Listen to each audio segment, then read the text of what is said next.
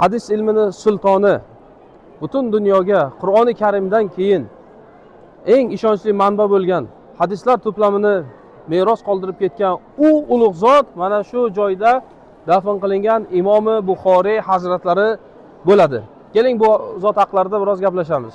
810-milodiy yilda Buxoro shahrida tavallud topadilar. Otalari yoshligida vafot qiladilar. Keyin onalari u zotning ilmlari bilan shug'ullanadilar. Yoshliklarida Qur'oni Karimni to'liq yod olib, arab tilini yodlab, 10 yoshdan keyin hadis ilmi bilan shug'ullanishni boshlaydilar. 16 yoshda katta bir ustoz darajasiga, olim darajasiga yetib keladilar.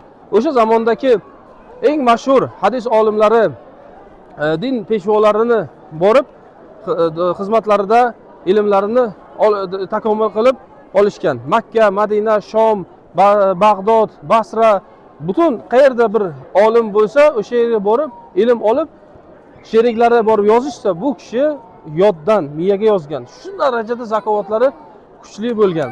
Keyinchalik 870-yilda Buxorodan Samarqandga kelib, mana shu Xartang qishlog'i, ya'ni hozirgi Payariq tumanida vafot qilganlar. Bu ulug' zotni joylarda hozir maqbara bor. Minglab insonlar kelib bu ulug' insonni ziyorat qilib ketishadi.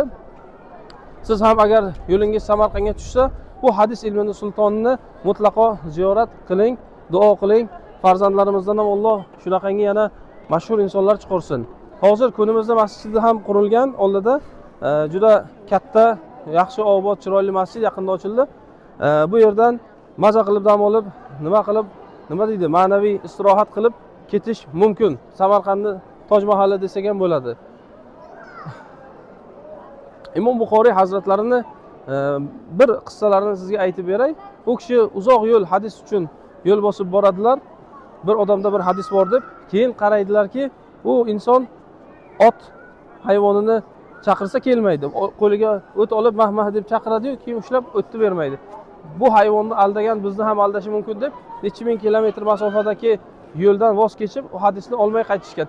Nima uchun deganda, hadislarimda shubha bo'lmasin degan.